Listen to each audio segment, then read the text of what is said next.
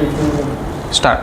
So good afternoon everybody. So today I am telling how this infrared thermal camera we can use for the water leakage purpose, how to detect the water leakage in the building. There are the many seepages, leakages happening during the this entire rainy season. So I am telling you how to identify the precise water leak detection in the building or any seepages or any system. Okay, so we are using this particular machine, this called the infrared thermal camera. Though how the infrared thermal camera and everything is work, I hope you all are aware. So it is work on the infrared spectrum of the total the light emission, and so this is technically identifying the hot spot and cold spot.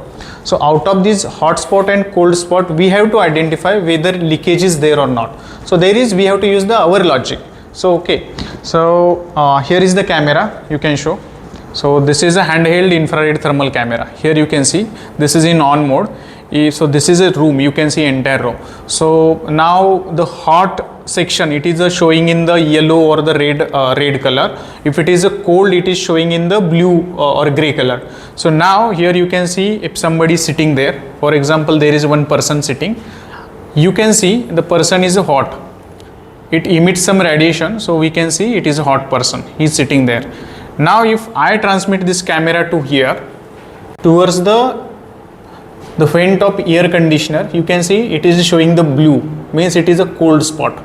So similarly, so for the water leakage we have to again analyze such a blue and the red spectrum, and accordingly we have to decide whether it is a leakage or not. Okay, so now in a building, here you can see, show the building. So this is one area, okay.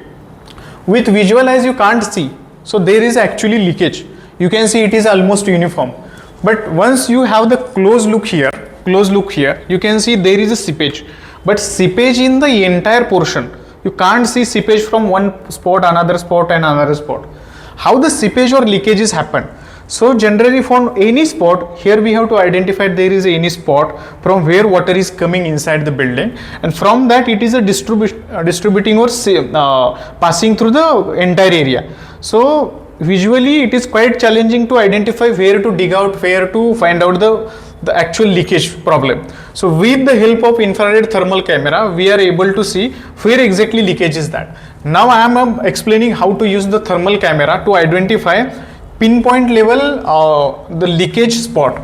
Okay, so now there we required some settings. So here is also some leakage, and on the top there is also we can see leakage, but exactly we can see there is around 1 feet area. So we have to identify exactly which section it is passing water into the body. Here is also the same issue. So it is almost 1 or 2 square meter area. We have to identify from which point the water is coming. We cannot dig out or we cannot break entire wall or building. So for that we have to use the camera. Now this is a camera. You can see the screen. Okay. Here it is in the normal mode. Here are the 3 dots from where we can set the measurements. For example, now I am in the cold spot. It is a pointer spot. This is a hot spot. This is a cold spot. So any I can select, so automatically the cursor or toggle or the cross wire will get on the particular hot, cold or the marked spot.